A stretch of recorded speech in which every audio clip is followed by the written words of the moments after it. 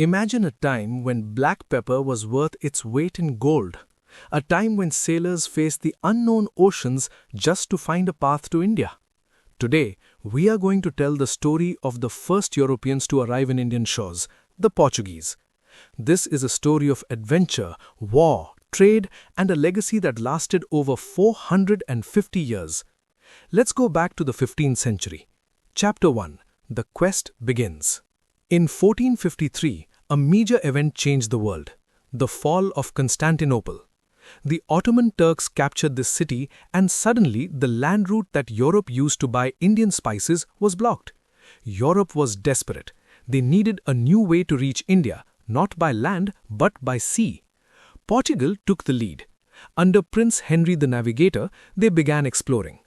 A treaty was even signed in 1494 called the Treaty of Tordesillas, which basically divided the non-Christian world between Spain and Portugal. Portugal got the east. Their goal? To find India. Chapter 2. The Arrival of Vasco da Gama.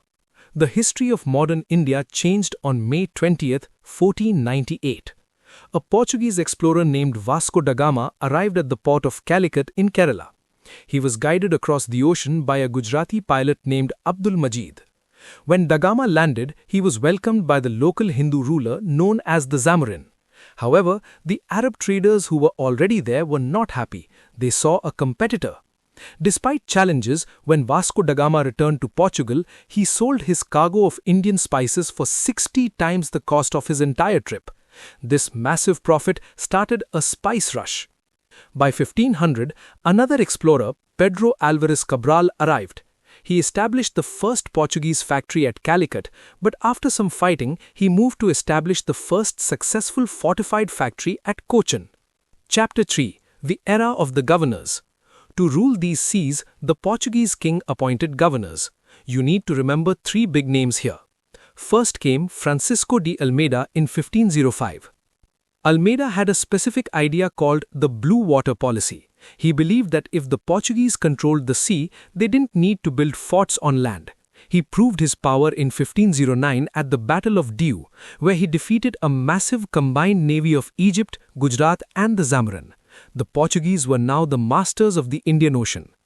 Next came the man considered the real founder of Portuguese power, Alfonso de Albuquerque. He took over in 1509. Unlike Almeida, he wanted territory. In 1510, he captured Goa from the Sultan of Bijapur.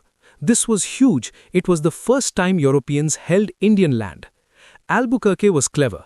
He banned the practice of sati in his areas and encouraged his men to marry Indian women to create a loyal population. He also captured key points like Malacca and Hormuz, turning the ocean into a Portuguese lake. The third important leader was Nino de Cunha. In 1530, he officially shifted the Portuguese capital from Cochin to Goa. Later, he took advantage of a war between Mughal Emperor Humayun and Bahadur Shah of Gujarat. Because Bahadur Shah needed help, he gave the island of Bassein and Diu to the Portuguese. Chapter 4. How they ruled and what they left.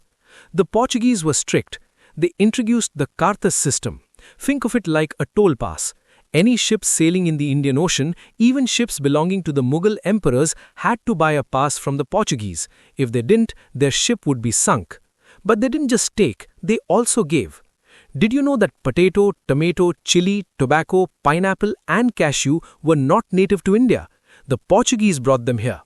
In 1556, they set up the first printing press in India at Goa. They also brought Gothic architecture and taught Indian rulers the importance of having a navy. Chapter 5. The Decline. So why did they lose power? By the early 1600s, new rivals arrived, the Dutch and the English. The British defeated the Portuguese decisively at the Battle of Swali in 1612. Also, the Portuguese were often intolerant of other religions, which made the locals angry. In 1632, the Mughal Emperor Shah Jahan chased them out of Hooghly in Bengal because of their bad behavior. Later, the Marathas captured Salsette and Bassein in 1739. And here is a fun fact. In 1661, the King of Portugal gave the island of Bombay to the British King Charles II as a wedding gift, a dowry. The Portuguese were slowly losing their grip. Chapter 6. Conclusion. The Portuguese have a unique record in Indian history. They were the first Europeans to come in 1498 and the last ones to leave. Even after the British left in 1947, the Portuguese refused to give up Goa, Daman and Diu. Finally, on December 19, 1961, the Indian Army launched Operation Vijay. The Portuguese surrendered and Goa became part of India. And that concludes the saga of the Portuguese in India, from the spice markets of Calicut to the beaches of Goa.